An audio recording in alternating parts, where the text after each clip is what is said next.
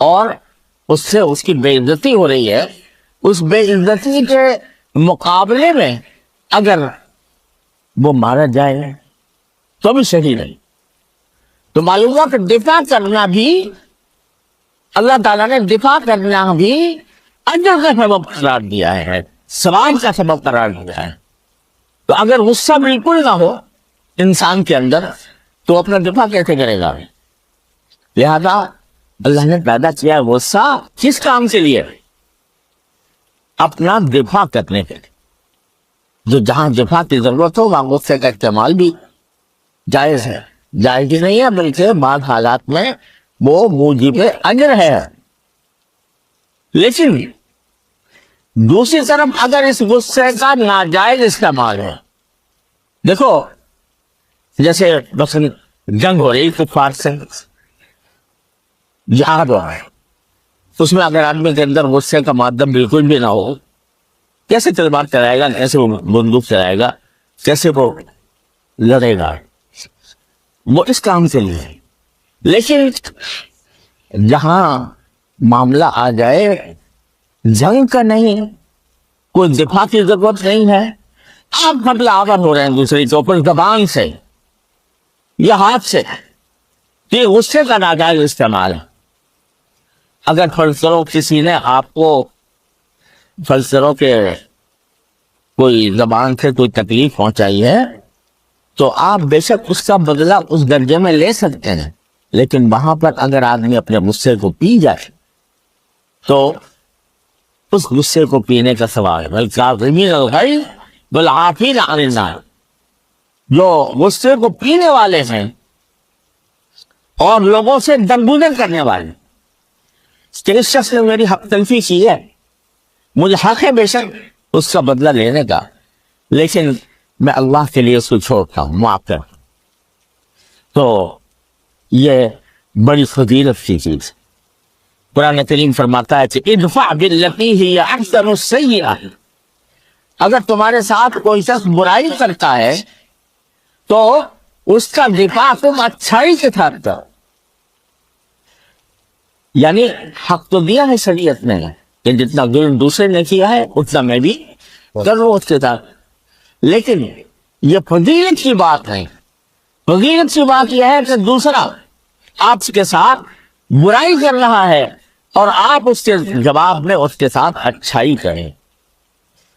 حضرت امام ابو حنیفہ رحمۃ اللہ علیہ سے منقول ہے کہ جب ان کو پتہ چل رہا تھا کہ فلاں شخص نے میری برائی کی ہے، غیبت کی ہے، تو حضرت امام ابو حنیفہ رحمۃ اللہ علیہ اس کے گھر کوئی پھلوں کا یا کوئی کسی بھی چیز کا تحفہ بھیج دیا کرتے تھے. لوگوں نے کہا جی وہ تو آپ کی برائی کرتا ہے. کہا کہ وہ تو میرا محسن ہے، اس لیے کہ جتنی میری برائی کرے گا اتنا ہی اللہ تعالیٰ میرے اجر میں اضافہ کرے گا، تو میں اس کے احسان سے بدلہ اس طرح دیتا ہوں. تو وہ بھیج دیا تھا ادفع باللتی ہی احسن السیئہ، برائی کا دفاع اچھائی سے کرو.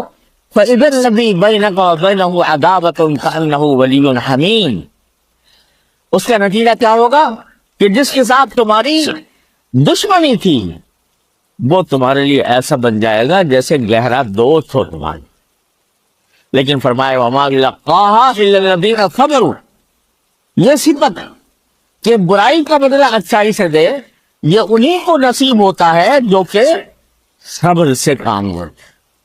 وَمَا يُلَقَّاهَا إِلَّا ذُو حَظٍّ عَظِيمٍ، اور یہ صفت اسی کو ملتی ہے جو بڑے نصیبوں والا. اچھا نبی کریم صلی اللہ علیہ وسلم نے جو اصل تعلیم دی ہے وہ یہ ہے تمہارا حق ضرور ہے کہ تم بدلہ لے لو. جس نے تمہیں کوئی تکلیف پہنچائی اتنی ہی تکلیف اس کو بھی پہنچا دی.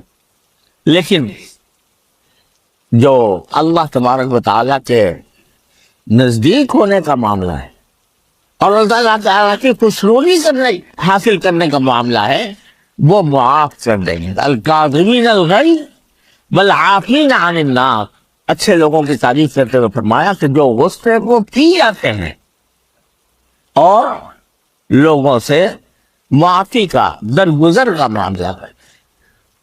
اور یہ نبی کریم سرور عالم صلی اللہ علیہ وسلم نے اپنے پوری زندگی کے طرز عمل سے بتایا. آپ کو معلوم ہے کہ مکے والوں نے کوئی کسر نہیں چھوڑی نبی کریم صلی اللہ علیہ وسلم کو ستانے میں، آپ کے صحابہ کرام کو اذیتوں ان کے اوپر ڈالنے میں کوئی کسر نہیں چھوڑی. آپ کے قتل کے منصوبے بنائے، آپ کی کو وطن سے نکالا، کیا تکلیف ہے. لیکن جب رسول کریم صلی اللہ علیہ وسلم فاتح بن کر مکہ مکرمہ میں داخل ہوئے تو کوئی اور ہوتا تو سینہ تان کر داخل ہوتا، اکڑی ہوئی گردن کے ساتھ داخل ہوتا کہ میں آج فاتح بن کر آ رہا ہوں انہیں لوگوں پر جنہوں نے مجھے ستایا تھا. لیکن آپ نے عام اعلان کر دیا کہ جو اپنے گھر کا دروازہ بند کر لے گا اسے امن ہے، جو ابو سفیان کے گھر میں داخل ہو جائے گا اسے امن ہے، جو حرم میں داخل ہو جائے گا اسے امن ہے. ایک خون کا قطرہ نہیں بہا اس راستے سے جس راستے سے رسول اللہ صلی اللہ علیہ وسلم مکہ مکرمہ میں داخل. یہ مثالیں چھوڑی ہیں رسول کریم صلی اللہ علیہ وسلم. یہ سنتیں ہیں رسول کریم.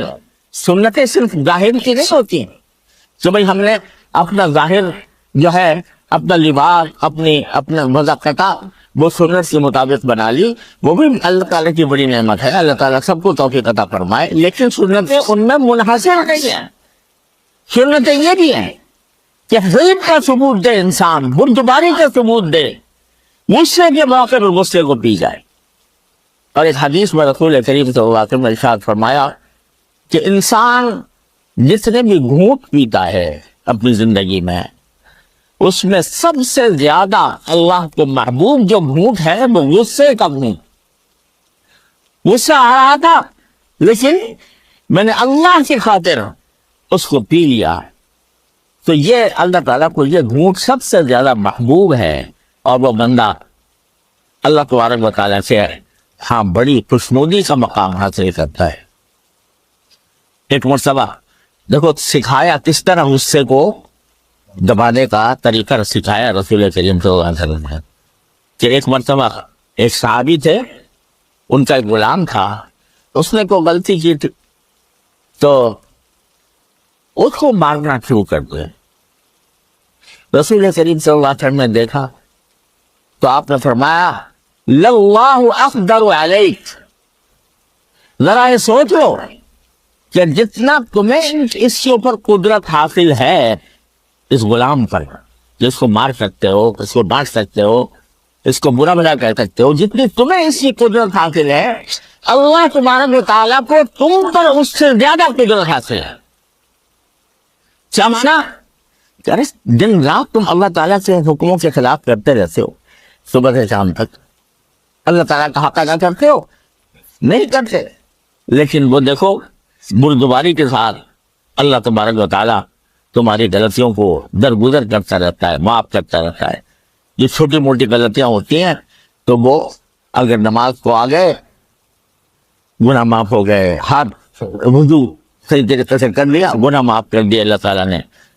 تو اللہ تبارک و تعالیٰ اگر تم سے اپنی قدرت سے مطابق تمہاری برائیوں کا انتقام لینا چاہے تمہارا کیا حال ہوگا. تو اگر تم اللہ تعالیٰ سے چاہتے ہو کہ وہ تم سے درگزر کرے اور تمہاری برائیوں کو معاف کر دے تو پھر انسانوں کی برائیوں کو تم معاف کر.